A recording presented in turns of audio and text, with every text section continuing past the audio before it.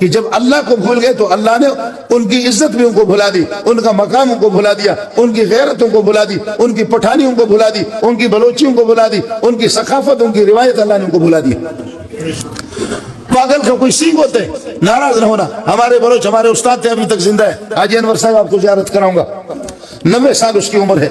استاد جی ایسی پٹائی کرتے تھے، ارشاد الصرف پڑھاتے تھے، ایسی پٹائی کرتے تھے کہ خدا کی پناہ، ہم رات کو پڑھتے 1 بجے کے قریب جب نیند آتی تو حضرت جی دیوار پر بٹھاتے بہت سے طلبہ کو، دیوار کے اوپر بیٹھے، یہاں پر جھوم رہے، کتاب پڑھ رہے، اگر کسی کو نیند آ گئی تو انشاءاللہ گردن اس کی ٹوٹ جائے گی، گر جائے گا دیوار سے، بخدا دیوار کے اوپر بٹھاتے اس طرح۔ اور آج میں اساتذہ کے سبق کو بھول گیا، لیکن اس کے اسباب کو 40 سال ہو گئے ابھی تک میں بھولا نہیں۔ اور ان کی کتاب ایسے ڈنڈے میں پڑھتے تھے، اس میں بہت سے لڑکے پڑھتے دماغوں کا خشک ہو جاتا، کئی لڑکے وہ پاگل بھی ہو گئے۔ اب ہوا کیا، ہمارا بلوچ صاحب آ گیا، بلوچ آ گیا، یہ چھوڑو، یہ میرے لیے ڈیزل لا رہے، آپ لوگ پریشان نہ ہو، بات سمجھو۔ طالب علم جب آ گیا، یہ رکھو کوئی مسئلہ نہیں، گاڑی چل جائے گی۔ طالب علم جب آ گیا، اچھا تکڑا آدمی تھا، اس کو کسی نے کہا کہ خیال کرنا یہ کتاب ارشاد الصرف آدمی کو پاگل بناتی ہے۔ اس نے کہا کیسے پاگل بناتی ہے؟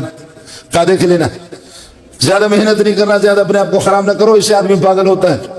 استاد جی نے اس ہفتے میں اگلے ہفتے میں پٹائیاں کی، سب کی پٹائیاں، مجھے خود بھی ایسی پٹائی، ہم بھاگتے تھے پھر۔ سبحان اللہ۔ اب طالب الغریب پڑھتے 2 مہینے کے بعد اس کا دماغ خراب ہو گیا، اور اس نے ارشاد الصرف کو اٹھا کر کے پورے ارشاد کو، کتاب کو اس نے چادر کے اندر باندھا، چادر میں باندھ کر کے پھر اس کو درخت کے ساتھ لٹکایا، اور لٹکا کر کے ادھر سے بڑے بڑے پتھر اٹھا کر کے مار رہا اس کو، کہتے تیری ماں کو، تیری بہن کو اس طرح کرے، تو لوگوں کو پاگل بناتی، مجھے بنا، میں دیکھتا ہوں کیسے بنا، واللہ لازم سنا ہے کہ تو لوگوں کو پاگل بناتی ہے، مجھے بنا دے۔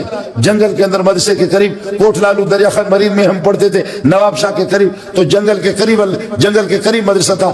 اب طالب علم، دوسرے ایک طالب نے دوپہر کو جا کر کے دیکھا یہ ظالم کا بچہ اتنا بڑا پتھر اٹھا کر کے، وہ کتاب لٹک رہی ہے، کتاب کو اٹھا کر کے ایک مارتا، کتاب اس طرح کر کے پھر کہتے پھر اس کو مار۔ میں چونکہ پشتو میں آپ کو ترجمہ کر کے بتا رہا، ورنہ وہ بلوچی میں کہتے تی ماسا چونکنا، تی غوارا چونکنا، آپ کے ماسما فلاں کو اٹھا کر کے پتہ۔ ایک طالب نے دیکھا، دوسرے کو بتایا، تیسرے کو بتایا، چوتھے کو بتایا، طلبہ جمع ہو کے دیکھ رہے، کتاب بھی حیران ہے، یا اللہ کس کے ہاتھ میں پڑ گیا ہوں، کتاب کو بھی دبا کر کے وہ مار رہا۔ تو آخر کار طلبہ نے آ کر کے پکڑا، کیا ہوا؟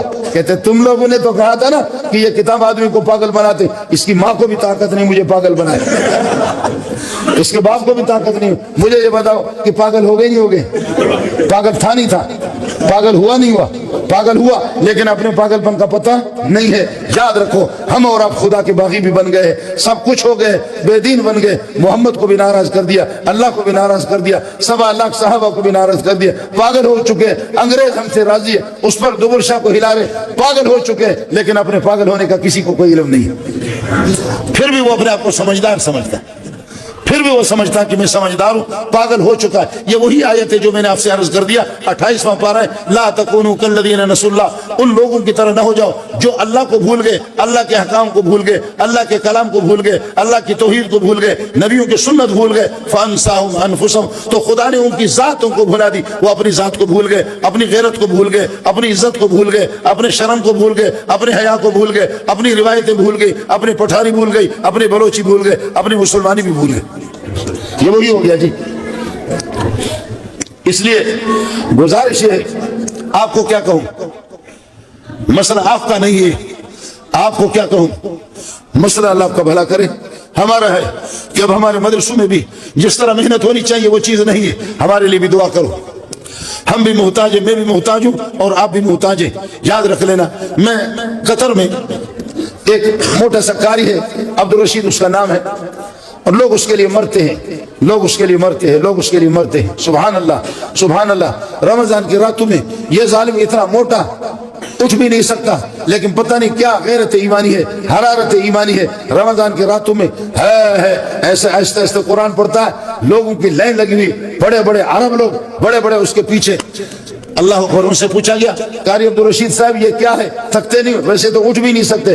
کہتے خدا کی قسم جب قرآن شروع کرتا مجھے کوئی پتہ نہیں چلتا، لیکن جو بات کی ہے وہ آپ کو میں بتا دیتا ہوں. میں تو نالائق ہوں، بات آپ کو سمجھا دیتا ہوں. کہا کہ قاری عبد الرشید صاحب یہ کیا چیز ہے؟ فرمانے لگے میرا والد بھی عالم تھا، میرا والد بھی قاری تھا. والد صاحب جب مر رہا تھا اس نے کہا بیٹا زیادہ باتیں کر بھی نہیں سکتا، میرے سکرات کا وقت ہے. ایک نسخہ آپ کو بتاتا ہوں. دنیا میں اگر عزت چاہیے اور دنیا میں آپ کو چاہیے کہ لوگ آپ کو دنیا اور آخرت میں اللہ کے ہاں بھی مقام مل جائے، دنیا میں بھی لوگ تیرے جوتے اٹھا کر کے سر پہ رکھیں، بیٹا ایک نسخہ آپ کو بتاتا ہوں. وہ نسخہ کیا ہے کہ قرآن کو اپنے سینے سے لگانا، کبھی سینے سے جدا نہیں کرنا. اس سے بڑا نسخہ کائنات میں کوئی بھی نہیں، اس سے بڑا کوئی نسخہ کائنات میں نہیں. عزت اگر آپ کو چاہیے تو یہ کہنے لگے کہ مجھے بھی یہی ہے. مجھے خود سمجھ میں نہیں آ رہا کہ یہ کیا ہے. یہ کیا ہے کہ پوری دنیا یہ ہے کہ بادشاہ اور بڑے بڑے لوگ اس کے عاشق بن چکے. آپ سے بھی میری گزارش ہے یہ ہے کہ کچھ میرے اور آپ کا سودا یہاں پر لگیں گے. لوگ کہیں گے دا گھٹ سڑے، دیکھنا دا گھٹ سڑے. دوسرا کہیں گے دا گھٹ سڑے، دا خان دی، دا چیرمین دی، دا نازی